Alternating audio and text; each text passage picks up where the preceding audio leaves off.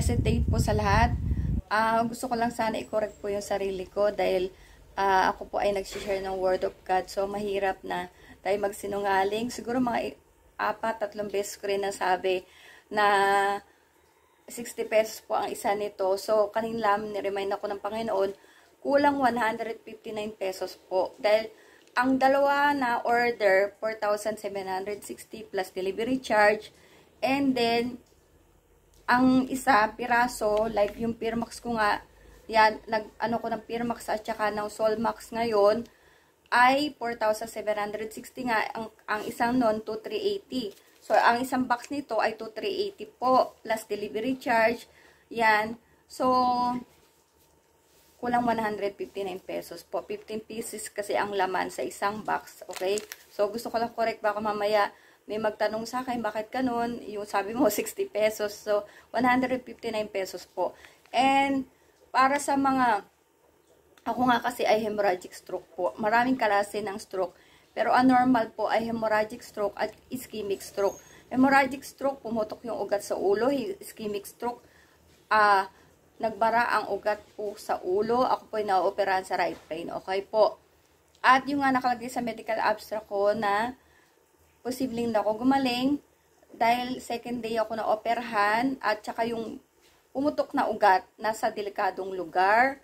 So, kaya mabagal din ang aking paggaling. At isa pa na hindi ako nag-exercise. Bihira po akong makabili once in a blue moon ng Pirmax. Kasi dati wala pa ako Solmax eh. So, Pirmax po.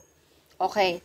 So, ngayon bihira ko pang once a day ko lang ipahid kasi sobrang init. Malagkit po sa katawan. I mean, mainit yung panahon. Okay po.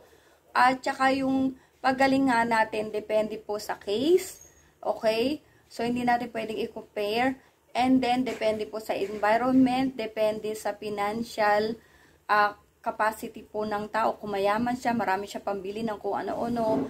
And then, depende po sa faith. Yan. Kasi yung iba, sumusuko na lang talaga na hindi na kaya. Yan po. So, kaya ako talaga, nilalaban ko yung pagbili para, syempre, gusto natin gumaling dahil may pamilya pa po tayo. Ayan. Kahit mahal talaga. Yan. Kaya yung marami ako nabili kasi mura lang. Sabi, ganyan-ganyan. Yun po. Kaya hindi tayo basta-basta maniniwala na mura lang yan, gagaling ka. Unless nga, hindi ka gagastos, ikaw mismo mag-exercise. Pero, sabi ko nga, yung kamay, kung mapapansin nyo po, ito talagang, sa mga kakilala ko pa na stroke, yan po, na parang hindi gumagaling. Ilang taon na kayo iba, ako din nagkamali, yung iba inabot ng 20 years, yan po, iba-ibang case. Okay, yung iba tinatamad na mag-exercise, pero ako talaga, hindi ako nag-exercise dahil ayaw ko.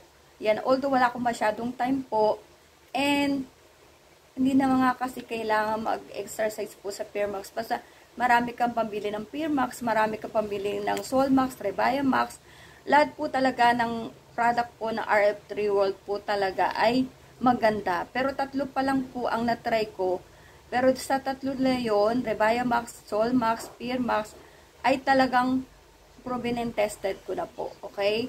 So, pwede akong pa kasi ngayon, sabi ko, 2 times a day. Umaga, tsaka gabi.